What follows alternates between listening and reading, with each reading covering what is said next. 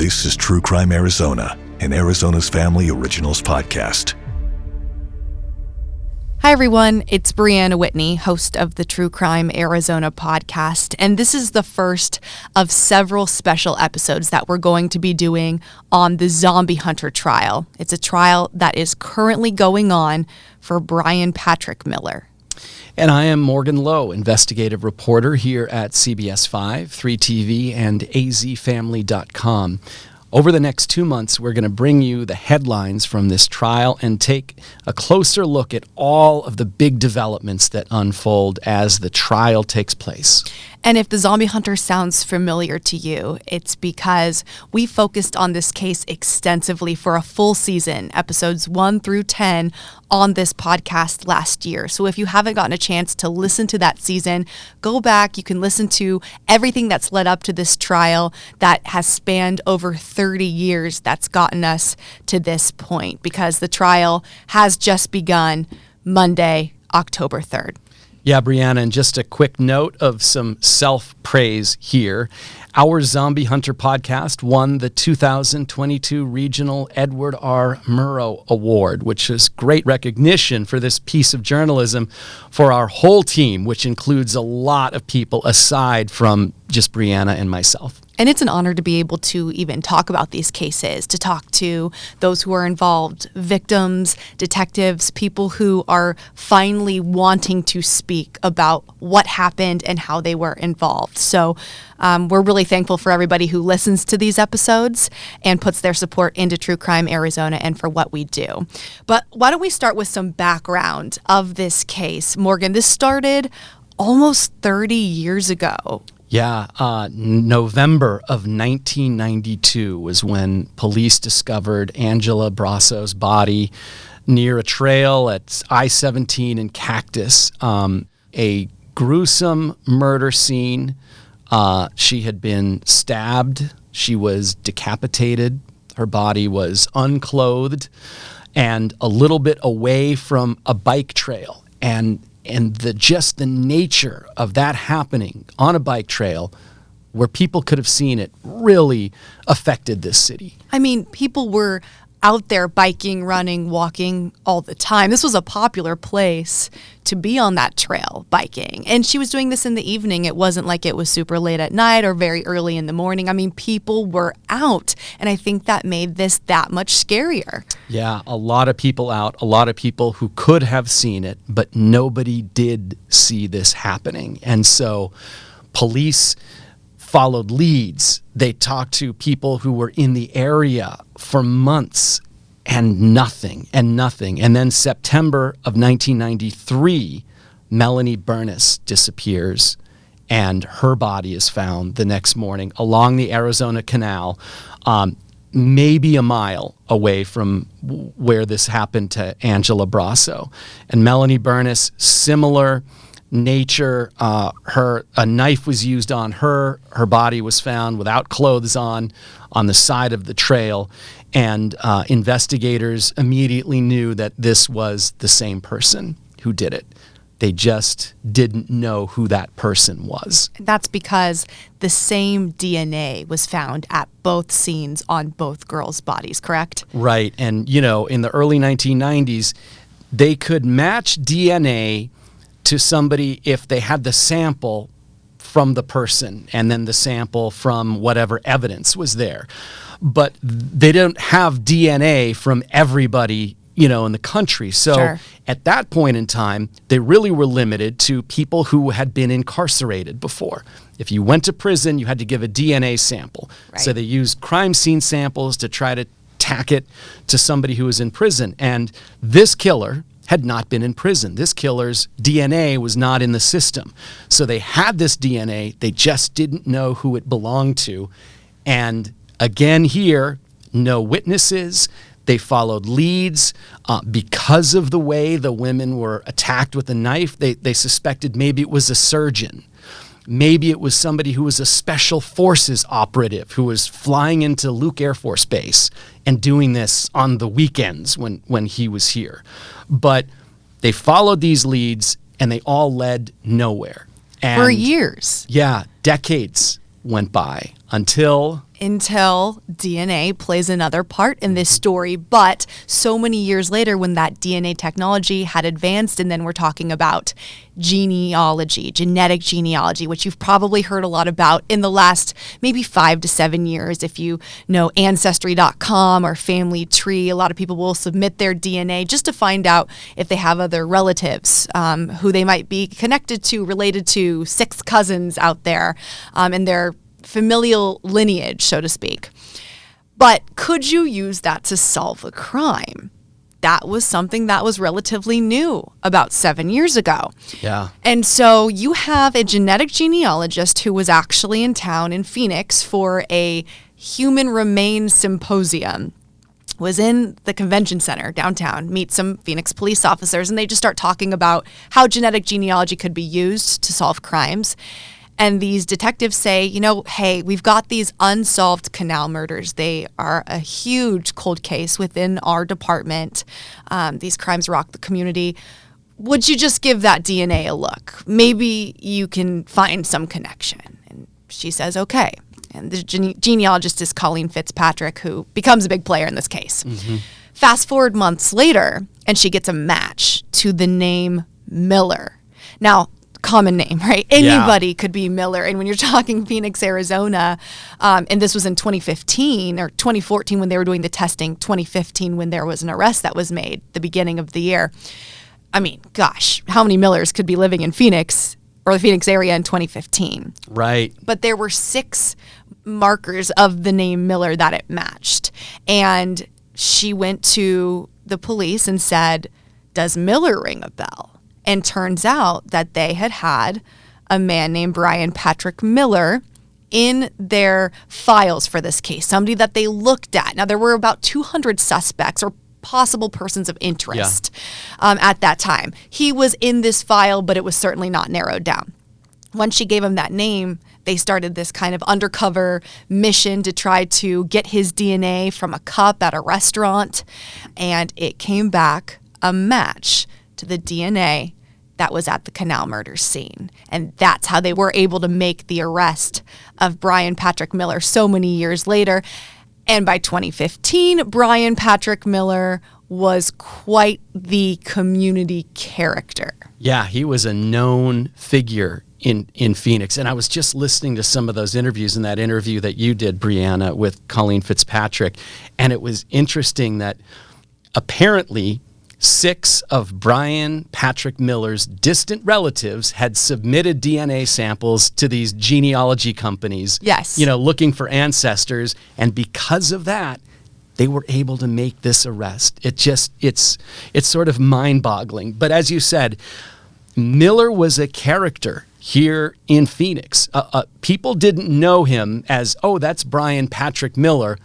How they knew him was, that's the zombie hunter. And you hear that and you're like, what? Yeah.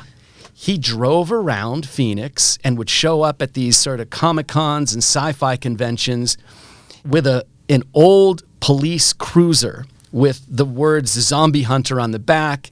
The back seat of the cruiser had a mannequin of a zombie in it, and he would dress up in this, what they call steampunk, this sort of future past sort of I'm a zombie hunter, I'm a zombie killer costume. And people took pictures with him. Police officers took pictures with him. People who were in Phoenix knew who he was. The year before he got arrested, I was driving down 7th Avenue and I see the zombie hunter vehicle drive by. And I remember looking, hey, that's the zombie hunter. And then it turns out he is an accused serial killer in real life. I mean, sometimes fact is greater than fiction. Sometimes it is more unbelievable than fiction. So he was not hiding in the shadows all this time. Not at all. He was out there. So, that's why we call this the zombie hunter case, and that's why he is known as the zombie hunter. And we think that was a character he developed, in the 2010 to 2015 range.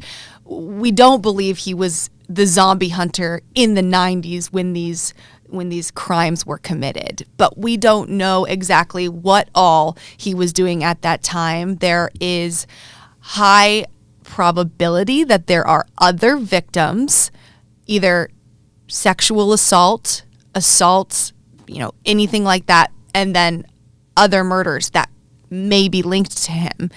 And that's been a very ominous road to go down in terms of the research that you and I have done, spanning not just here in Arizona, but up to Washington State, a trail of violence, so to speak. Yeah, everywhere he went, women were attacked. So police believe he attacked more women, but he is only charged in this case in the Angela Brasso and Melanie Bernis murders. And that's this trial that is now starting. It's pretty interesting to talk to people who knew Bryan Patrick Miller before he was arrested. And we spoke to one of his friends, in fact, somebody that Miller spent Christmas Day with 2.5 weeks before he was arrested. Wow. So he spends Christmas Day with this guy who I talked to named Eric Braverman. And then 2.5 weeks later, he's arrested. And so we had a long conversation. We obviously taped it because we have it in some news stories. But we want to play a segment of that for you now. And the first part of it, Eric is talking about why he thinks Bryan Miller drove around in the zombie hunter mobile. He would keep a corpse-like mannequin in there. What do you think he got out of driving that around? Ego building, wanting a way to say, look at me, without doing that with his personality. He liked the adulation it brought and the attention without having to say anything. What do you think made him tick? What do you think made him do what he did? Damage. Previous damage. Something happened at birth, something happened genetically, things done to him. There was something with women, you didn't see him using the car to go, hey ladies, take a picture of me. He's doing that with the police. So there's something with the ladies he didn't like or not comfortable with. Did he ever come across as somebody who had that just knowledge of how to use a knife? I would think of him as the worst candidate for special forces in the world. If he was using that kind of precision, he learned it through books or some types of videos. He had to self-train him because I don't know if he could have mustered up a push-up. So this is the second one of Miller's friends who I've asked if Miller had any particular skill with a knife, because the killer, Brasso's killer and Bernis's killer, used a knife very skillfully. Police have not released all the details about what happened to the bodies, but they do know that whoever used the knife knew how to kill somebody fairly quickly. And so that's why they were looking for a special forces person. And every time, and both times I've asked the friends, do you think that he had any particular skill with a knife? Their answer was very similar. No way. Not this guy. He did not come off like the kind of guy who could do what the killer of the Canal murder victims did. And I think that that's just interesting. If Miller is the killer, he had a side to him that his friends didn't know about. Obviously, they didn't know he was a killer, but they didn't know that he had this sort of skill that a killer like that would have. And he was socially awkward. Social settings were not his forte. And in our research of everything, I feel like he only shared so much with friends, with people. He was part of these kind of fantastical groups and the Renaissance Festival and fantasy festivals and things like that. And that was his group of friends. But we learned so much more in our research that I'm not sure those friends even knew. So is it possible he had that other side to him, a side that was much more violent than his friends ever thought or knew of? It's certainly possible. Yeah, and that is something that is going to come up at trial. So let's talk a little bit about this trial. There are a couple of differences between this trial and what most people are used to seeing at trial. And the first difference is there's not going to be a jury. which is odd. And when we did the Zombie Hunter season last year, we didn't know that was going to be the case. That's something that's come up in this time frame as we've led up to trial. Why would there not be a jury? Is that a benefit to Bryan Patrick Miller and his defense, or is that a benefit to the prosecution? Yeah, I've asked this question to a number of attorneys. So it would have been Bryan Miller's attorneys who would have made this decision. They made the decision that it was more in his interest to not have a jury, to just have a judge listen to the facts of the case. So these are a couple of the explanations that I've received. One is that the defense attorneys got a feeling that this judge may be more sympathetic to their defense in all of these pretrial motions. That was one opinion that I got. The other opinion, which I have received from several lawyers, is that his attorneys just did not think that a jury was going to be sympathetic to their client, that their best chance at saving his life were to have a judge, any judge, look at the facts of the case and weigh those facts without the emotion involved that a jury would, have. Is that something a judge usually grants?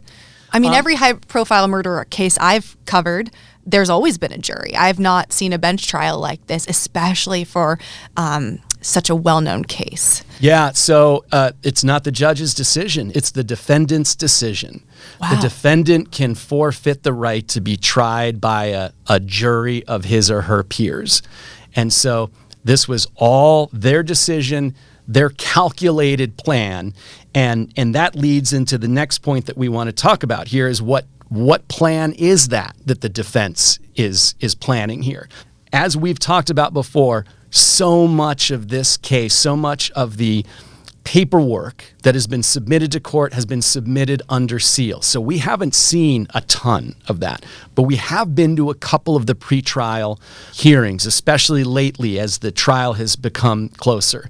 And one of the phrases that we hear more and more now is not guilty by reason of insanity. And it appears that is going to be the defense's big push, is maybe not to say our client is innocent, but maybe that he is not guilty by reason of insanity. Briana, you've talked to some lawyers before about what that could mean. And, we hear that phrase thrown around a lot, but we don't actually see it in a ton of trials. Yeah. So when I talk to a couple attorneys on this, criminal defense attorneys who know how this goes, this is a really interesting aspect of this case. For one thing, just proving that somebody was insane at the time of the crimes is no easy feat. Just because they commit the crimes does not mean they're deemed insane.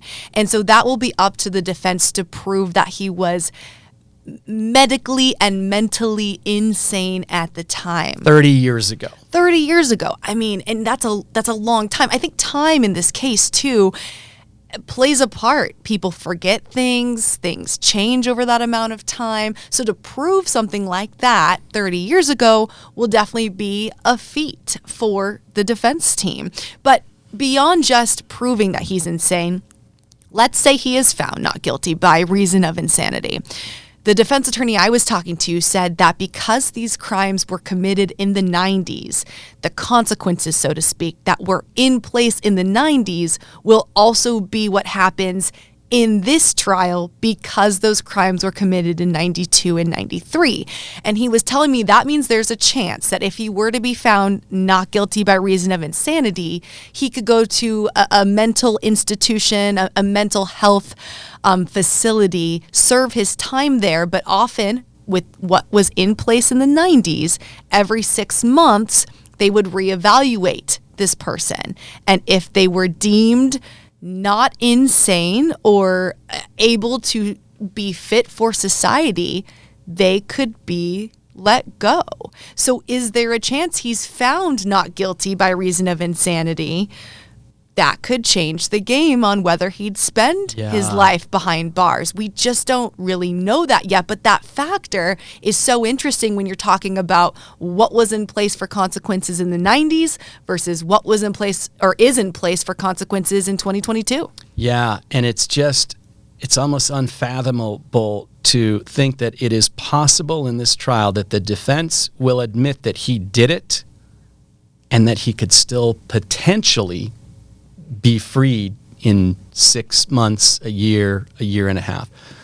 Now, the odds of that happening probably fairly slim. Sure. But that is one of the possibilities that's out there. And it will also be interesting because these crimes occurred way back then. The test for what legal insanity was different back then than it is now. Now, one of the prongs here in Arizona is that the killer did not understand that what he or she was doing was wrong. They couldn't sort of digest the fact that this is wrong. And that makes Arizona a little different from most other states. But we're going to get all those rules as the trial starts. They're not going to have, jury instructions, but the judge is going to be pretty transparent about what the standard is that she is using in this case. Now, a couple of odds and ends about this trial coming up. Because it's not a jury trial, it's not going to be really compressed. In fact, the trial is going to span a couple of months, but it's not going to be like their trial proceedings every day, all day. It starts at 10:30 in the morning. I think it's going to be done at 4:30 in the afternoon. They're not having court on Fridays. And then 2 weeks into the trial, they're taking a 2-week break because one of the attorneys had a vacation or something like that. And normally, if there's a jury, they want to get it done as quickly as possible because these jurors are being pulled out of their lives. Sure. And this is just the judge. And the judge has said in one of these pretrial proceedings, there may be a day where we only take testimony for 2 hours, or we may not have testimony on one day if she thinks that she needs to digest the information that's come in. Because she's the only one making the decision here. Yeah. It's up to one person and one person only, which is so different than what we're used to. Yeah, and in addition to that, the pretrial proceedings have shown that there's a lot of legal wrangling about who is going to be able to testify about Bryan Miller's state of mind, what witnesses they're going to allow, and they're also wrangling over what mental health professionals they're going to allow, what they're going to allow them to say at trial. And it's been pretty fascinating listening to that, but it also sort of tells me that there may be a lot of days of testimony from a psychiatrist or psychologist who is testifying about some really complicated mental health science. And it may be a little hard to digest for, those of us, myself included, who don't really understand all of that. Right. We'll have to see how that trial goes, but we will have a camera in the courtroom. Cameras are allowed in the courtroom. We're going to be covering it. The trial every day, just about every day. We'll know what's going on, and we're going to be doing television news stories, web stories, and we're also going to bring you these podcasts. Yeah, and we're hoping to do these weekly. It just kind of depends on like what Morgan was saying, what days they have the court trial that week and how long they go and then that break. But for all of your updated Zombie Hunter trial coverage, information, the latest testimony, you'll want to be right here on the True Crime Arizona podcast. We'll be breaking it down each week and also just kind of explaining it in layman's terms too. Sometimes you can get that kind of court talk. It can be a little bit confusing, but in the end, this is a pretty crazy case that Morgan and I have done so much research on, and we want to make sure that everything that we brought to you guys last year in the case will now have that final end chapter, that closure, the end of the case that so many people that have been involved in this have waited nearly 3 decades for. Yeah, and as this trial goes on, there will be people who have been involved in this case who are going to do interviews with us.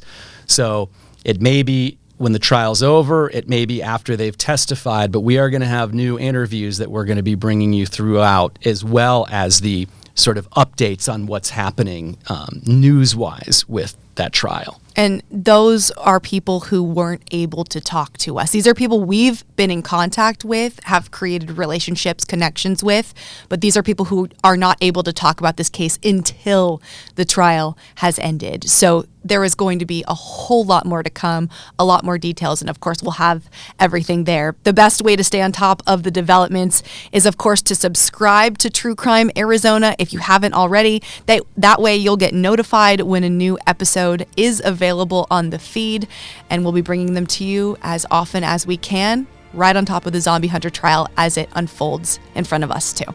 All right, so long, everybody. Thanks for listening. Thank you.